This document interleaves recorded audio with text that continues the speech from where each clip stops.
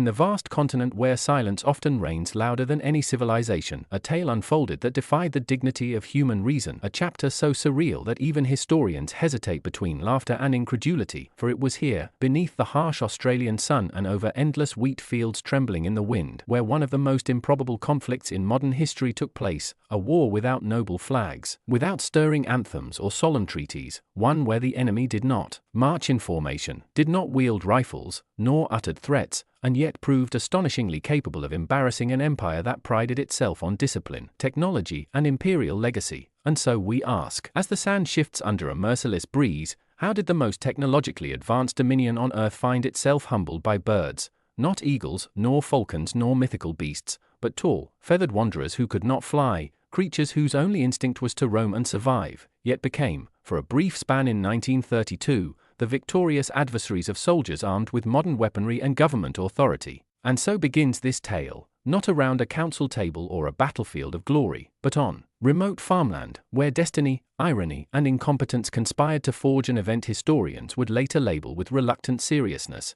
the Emu War. Imagine a landscape of shimmering heat, where the ground cracks beneath dryness, where the horizon dances like liquid metal, and through it strides the emu, silent monarch of grasslands, long-legged, inscrutable, almost prehistoric, a creature indifferent to human pride, and perhaps therein lies the seed of tragedy. For humanity would once again believe it could bend nature to its will, and nature, amused, would reveal a different truth. Thus this prologue serves as a doorway, beckoning the listener into a saga of folly and frustration, where ministers issued orders, soldiers cleaned their weapons, newspapers sharpened their headlines, and thousands of emus, blissfully unaware of declarations of war, simply continued living. Scattering across plains like shadows in motion, one might be tempted to dismiss it as fiction, the fevered dream of satire, yet it was real, documented in official records, debated in Parliament, watched in astonishment by a bewildered public, and whispered by future scholars as proof that humanity, in all its grandeur, remains forever capable of absurdity. Here then, at the threshold of our journey, let us breathe in the dry dust of 1930s Australia, let us listen to the creak of windmill blades and the faint metallic clatter of machine guns being prepared, for this is the story of men with authority and confidence, facing birds with instinct and legs built for escape, a war no general would proudly recount. A campaign whose outcome would force one officer to admit, with stiff British dignity, that the emus, quite simply, had won. And so we step forward, into a historical riddle wrapped in feathers, a comedy disguised as tragedy, an omen of human arrogance, and perhaps one of the clearest reminders that the earth itself often writes narratives far stranger than fiction. Australia emerged from the inferno of the Great War not with triumphal fanfare but with a heavy silence hanging over its vast sunlit horizons. As the world applauded its veterans, the country faced a difficult truth: the empire's distant sons had bled in the trenches of Europe and returned to a homeland unsure of what to do with them. The war had transformed men into soldiers, but society struggled to transform soldiers back into men. What awaited them was not parades and prosperity but empty promises, dust-filled plains, and the quiet burden of finding purpose again. Across the continent, the enormous frontier stretched like a blank canvas. Land was plentiful yet harsh, fertile in imagination but stubborn in reality. The government, though intent on stability, presented a grand vision. It announced soldier settlement schemes promising acres of farmland to veterans, turning warriors into farmers and giving the nation's empty inland territories a human heartbeat. Families packed hopes into wooden crates, dreams into train carriages, and moved toward the westward plains, toward New South Wales and Western Australia, where wind shaped the wheat and everything smelled like new beginnings. Whispers of opportunity replaced echoes of artillery, and the drought-hardened ground became sacred, an inheritance bought not through birth but through sacrifice. Politicians sold the myth of the land as a reward, a gift from a grateful nation. Newspapers printed rosy depictions, photographs of smiling men with plows, as if farming were merely another battle to be won and would surely yield to the discipline forged in trenches. Yet beneath the optimism an unspoken tension grew. The veterans were trained for destruction, not agriculture. Their understanding of soil was theoretical, their connection to nature forged under shellfire, not sunlight. And when the rains refused to fall, when crops shriveled before harvest and machinery broke down far from towns, the dream twisted. These pioneers were isolated, living in modest shacks, standing like dots across a continent-wide canvas, their neighbors kilometers away. Family ties frayed against loneliness and mental scars. Long before terms like PTSD were conceived, they carried invisible enemies inside them. Uneven crops were only part Of the struggle, the ground itself seemed indifferent, sometimes hostile, yet they pushed forward, tilling fields, praying for clouds, obeying government advisors who assured them success was simply a season away. They had lived through Flanders and Gallipoli. Surely farming could not defeat them. The great rural experiment continued, and slowly villages formed, silos appeared, tiny railway halts connected to coastal ports, and stories of resilience shaped a new chapter in Australian identity. Meanwhile, birds observed silently, tall emus roaming across the plains like curious spectators to human ambition. They had always been their ancient inhabitants of the land, but now their world was changing. Fences sliced their migratory paths, wheat fields appeared like forbidden gardens, and the two species, humans and emus, did not yet know they were drifting toward conflict. The Australian government, exceeding optimism, sat confident that agriculture was destiny. It encouraged more settlers, more wheat expansion, believing the empire needed grain production to feed itself. The stage was being set. A nation was still learning itself, its ambitions and its fragility. No one realized that the seeds planted across the West carried consequences beyond soil. Beneath every settlement promise lay political pressure. Every failed farm tarnished reputation, every fallen veteran tested national honor. So measures became improvised, subsidies, advice, and then desperation. The frontier was a birthplace of perseverance, but also fertile ground for absurdity and unintended wars. The land that was meant to heal began instead to provoke another kind of battle, not of trench lines and machine guns, but of fences, crops, exhaustion, and an enemy no one expected to take seriously. The men who once faced German artillery would soon find themselves staring across wheat fields at uninvited trespassers, tall flightless birds who moved in coordinated herds, whose instincts had evolved over millions of years, long before any government scheme or wheat crop or uniform existed. The absurdity was still invisible. No one yet imagined a military campaign against wildlife, but the ingredients were already cooking in the ovens of the Australian sun. Wounded pride, struggling veterans, fragile policy, and a continent that never surrendered easily. This was Australia between wars, raw, hopeful, heavily scarred, a nation convinced it could tame everything before it, but soon it would learn that land, identity, and survival are not conquered by decree. They are negotiated with a place ancient beyond imagination. So the stage is set. Farms rise like fragile forts, wheat waves under wind. Farmers believe they are turning their sacrifice into livelihood. What they do not yet know is that their triumph is about to be mocked by nature itself, because the land, after war, while promising purpose, was also preparing a challenge, almost comedic in its cruelty. The government's gift to its veterans would soon require bullets and battalions, not to defend soil from foreign powers, but to defend it from birds. Towering fast, relentless birds that claimed no empire yet defeated one. Australia, searching for meaning, would soon stumble into one of the strangest conflicts in human history, a contest not for territory but for dignity. The war no one asked for was quietly approaching, carried not on ships or by diplomats but on giant clawed feet, walking straight out of the scrub as if summoned by fate. The land after war was not resting, it was sharpening its own kind of resistance, and the people who returned seeking peace would find themselves marching again, this time toward wheat fields instead of trenches, and facing an enemy no manual had prepared them for. And this is where absurdity roots itself deeply, because sometimes nations do not stumble into their most comic battles accidentally, but because hubris, loneliness, desperation, and misguided optimism build perfect conditions for disaster. Though no one in those post-war years knew it yet, history was grinning, preparing to witness a confrontation between machinery and nature, between policy and instinct, between men who wanted to rebuild their lives and creatures that simply wanted to eat. The fields glimmered, the settlers persevered, and the emus watched and waited. The land after war was supposedly a promise, but as we shall see, it was also a fuse already lit, leading to an explosive event, absurd and unforgettable.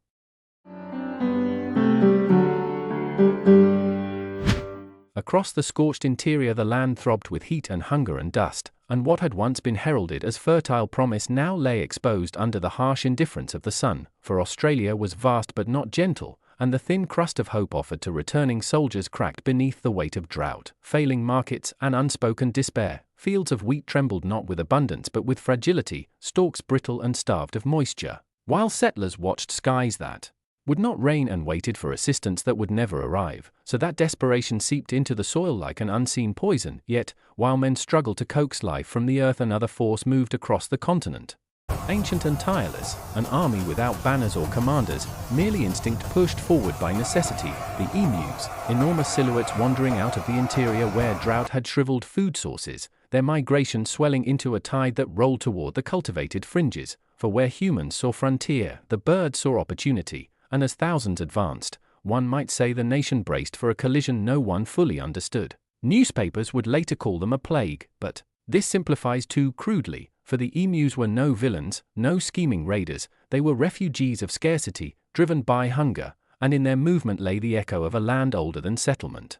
Indifferent to political boundaries or human dreams, so when they entered newly tilled fields, trampling fences, devouring crops and scattering seed with effortless strides, the settlers saw invasion, but nature saw survival, yet survival for one meant despair for the other. Imagine a man who fought in France or Gallipoli, returned home with medals in a pocket and a tremor in his memory, promised a new beginning under sun and wheat, only to find the economy collapsing, the government distant, and now his hard-grown crop devoured by birds that looked like relics of another age. In such a man's chest frustration hardened into fury, and the emu, tall, swift, inscrutable, became the embodiment of betrayal, of promises broken, of a nation that had abandoned its own. The farmers protested, their voices brittle as their fields, officials dismissed their pleas, ministers debated, no cavalry arrived, only more emus, multiplying, consuming, spreading in all directions until farms resembled battle-scarred landscapes long before any soldier arrived with machine guns, and thus, the stage was set for a war not born of hatred but of overlapping desperation. To the birds the fields were sanctuary, nourishment, life; to the settlers they were investment, identity and fragile salvation. And between these two truths lay tragedy, for neither side possessed malice, only need, and need would become violence. This is the point where history sharpens, where tension rises like heat above a desert road, where men with rifles would soon stand before birds with instinct, believing destiny was on their side, unaware that nature, ancient and amused, had already written a different ending. Here, at the edge of dust and wheat, the invaders had arrived. And the humans, armed with pride and petition, prepared to push them back, unaware that the land itself had chosen its champion.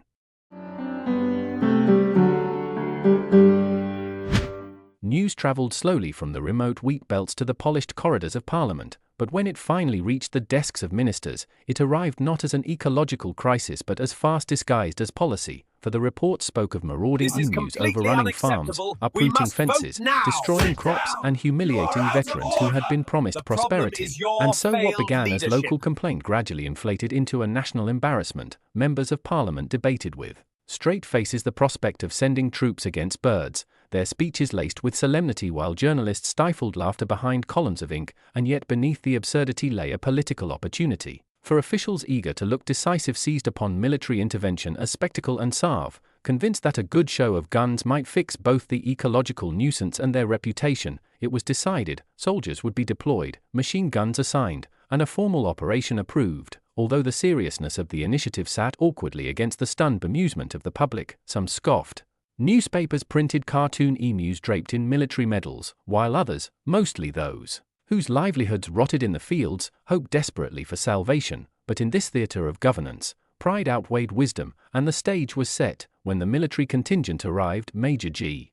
P.W. Meredith commanding, Lewis guns glinting like instruments of fate, the farmers watched with relief, believing order had finally descended upon chaos. The soldiers, in turn, carried themselves with expected confidence, uniforms stiff, boots immaculate, bearing the prestige of an empire that had conquered continents. So surely, they thought, a few birds could not challenge them. Yet the land had its own humor. The first operation commenced, thousands of emus scattered before gunfire like shadows across the plains. But hitting them proved maddening, for they moved with unpredictable bursts, outrunning bullets with ease, fragmenting into groups too swift to track. The Lewis gun jammed, ammunition was wasted, and when the dust cleared, the casualty count for the birds could barely fill a farmer's hand. Laughter echoed in editorial rooms, ridicule rippled across the country. Officials maintained stiff expressions while the opponents, unaware a war had been declared, continued roaming, feeding, vanishing with wind-like efficiency. A second attempt followed, then a third, each ending with broken pride, overheated guns, and soldiers bewildered at their inability to defeat creatures that could not even fly. Parliament grew uncomfortable, farmers grew anxious, while Meredith is said to have conceded dryly that if the emus possessed military strategy, they would be formidable adversaries, and thus the unthinkable truth settled over Australia. The war was underway, the birds were winning,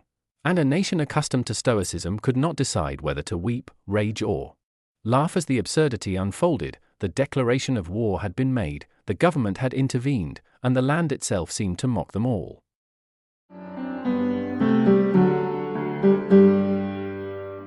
The following weeks unfolded like theatre, tragicomic theatre at that. played under punishing sun across fields that bore the scars of bullets and boot prints but displayed no sign of retreating enemies, for the emus had turned skirmish into sport and warfare into dance, splitting into flanking groups with primal instinct that baffled men trained in strategy. When fired upon, they did not panic, they scattered.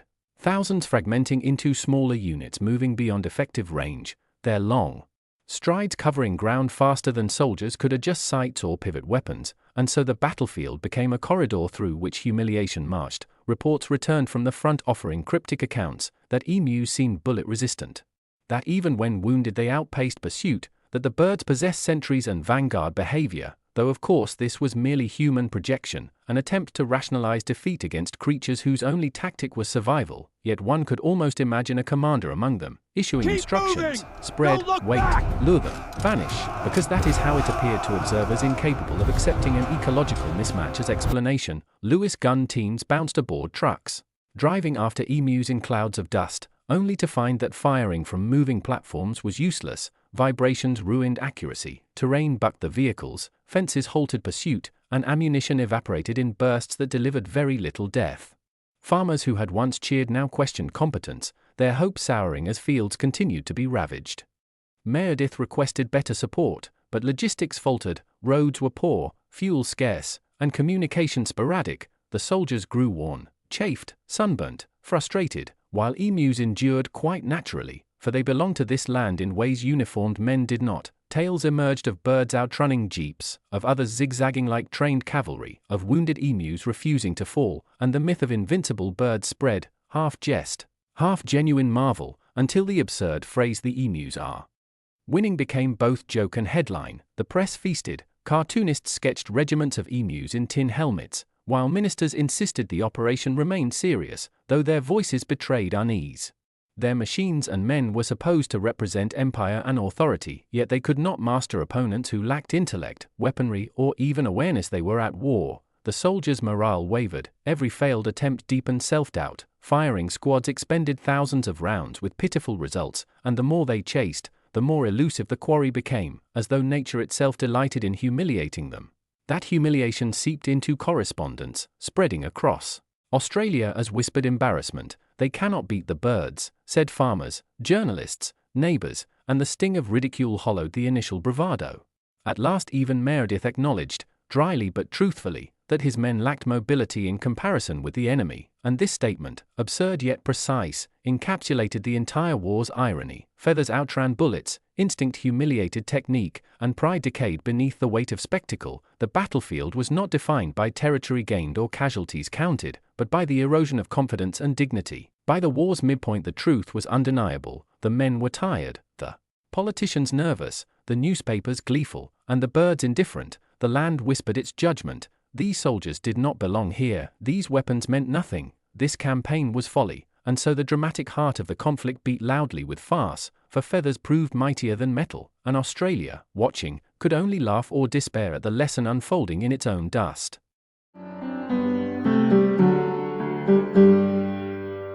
In the end the conclusion did not arrive with ceremony but with exhaustion, a slow unwinding rather than a decisive cessation, for there was no battlefield to reclaim, no triumphant banner to raise, only a gradual acknowledgement whispered through official channels that the operation had failed, resources spent, pride bruised, and the birds still roaming the fields as freely as before. The guns were withdrawn, the soldiers reassigned, and politicians, once eager to grandstand, now softened the narrative, framing the intervention as an experiment or partial measure rather than what it truly was, a rout by nature's simplest infantry. There was no public admission of defeat, for nations seldom confess embarrassment with clarity.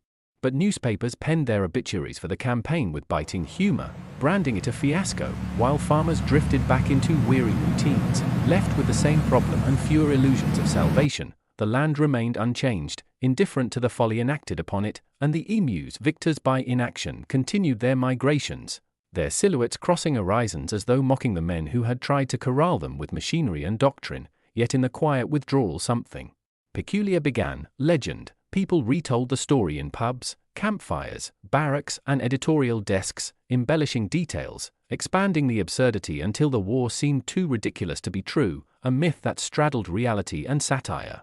Those who fought laughed grimly, those who ordered it preferred to forget, but Australia, with its penchant for wry humor and stoic resilience, embraced the tale as proof that the land was stronger than the people who claimed to master it.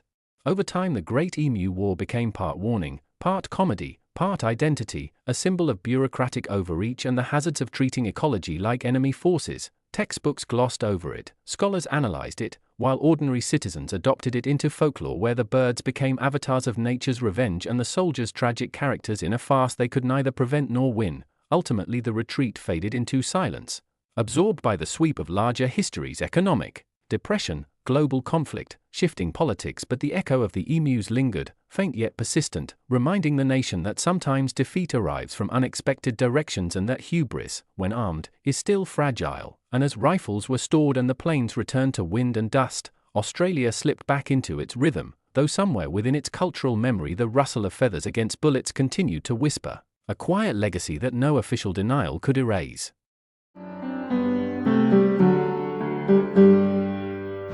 Years passed, storms rose, and markets changed, wars elsewhere stole attention, and the Great Emu War receded into that mist where memory becomes folklore. Yet it never vanished, for there was something irresistible about a nation that prided itself on toughness being humbled by birds, and the story persisted not merely because it amused but because it revealed truths more enduring than any bullet or report. Australia had been reminded that its land was older than its institutions, wilder than its ambitions, and utterly immune to bureaucratic confidence. Over time, historians dissected the event as symptom of policy failure. Ecologists cited it as cautionary case, soldiers laughed at it as anecdote of misuse, while everyday citizens retold it with twinkling irony, turning embarrassment into badge of identity. Only here could this happen, they would say, and in doing so transformed fiasco into legend. The emu, long a symbol on national crest, gained mischievous prestige, as though its refusal to be tamed affirmed something essential in Australian character: stubborn, enduring, absurd yet noble. And the notion that these birds had once outmaneuvered machine guns became part of national humor,